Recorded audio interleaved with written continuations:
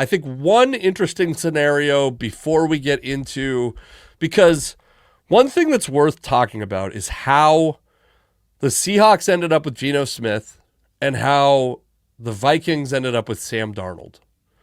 Because these two things happened in very different ways. Geno Smith was a guy where it was like, I kept saying, like, Geno Smith is not the future of this team. Like, draft a guy, develop a backup. Why are they sticking with Geno Smith every year? And then it turns out the guy was like, sneakily a very good backup quarterback and sneakily a very serviceable NFL starter in his mid-30s.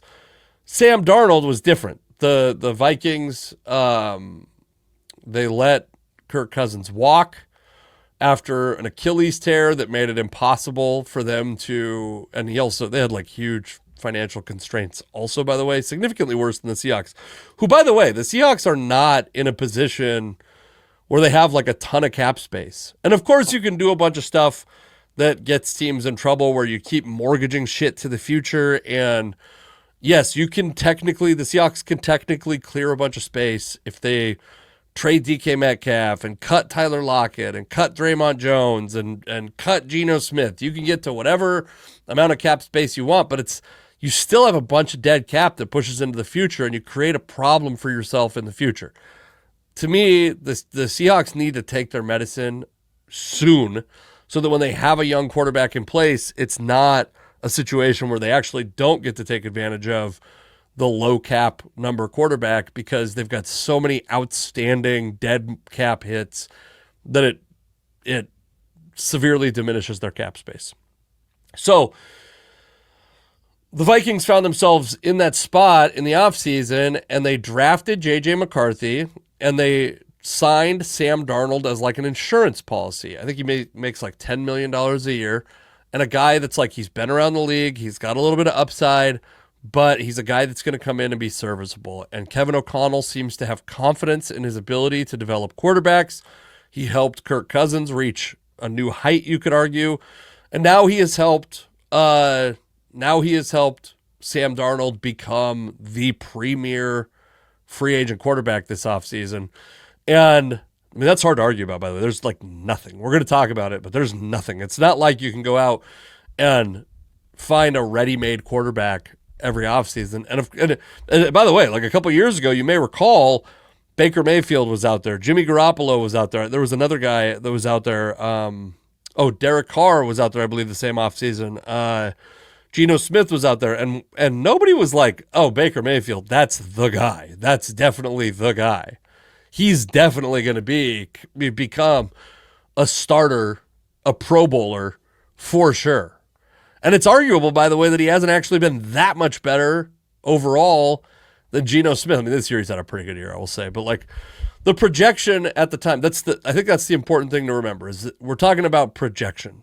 You're not going to go find in any of these circumstances a finished product. The closest is Sam Darnold, a guy who is entering his late 20s, who came up with a bunch of prospect type and then bounced all over the place after failing in New York, and finally made it to a place where the coach apparently understands his game, or his game matches the coach's game plan, and he's had a very good 2024 season.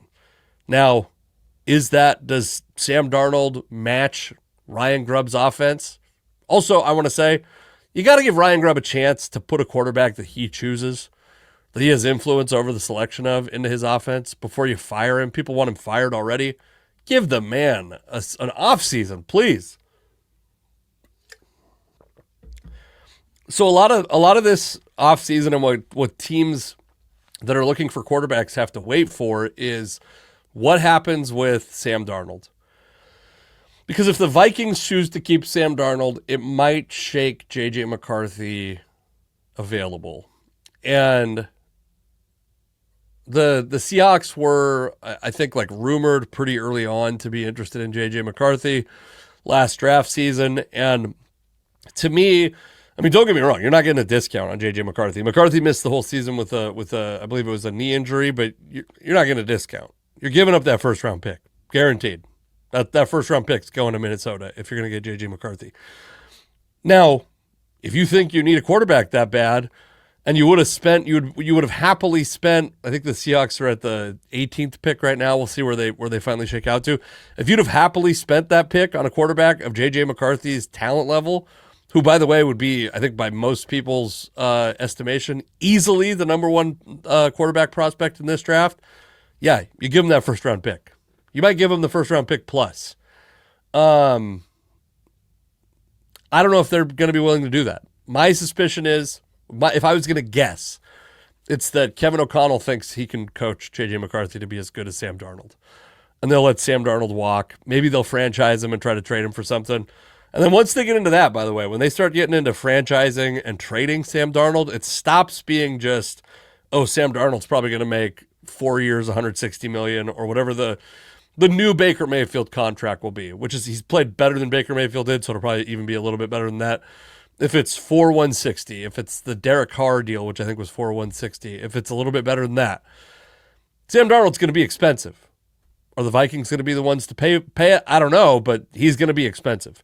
If J.J. McCarthy's the guy that shakes away from that, I would like the Seahawks to be exploring that. And I don't care if they have to give up their first pick in this year's draft, because if you believe that J.J. McCarthy is as good as he was, he's certainly worth the first pick and then some.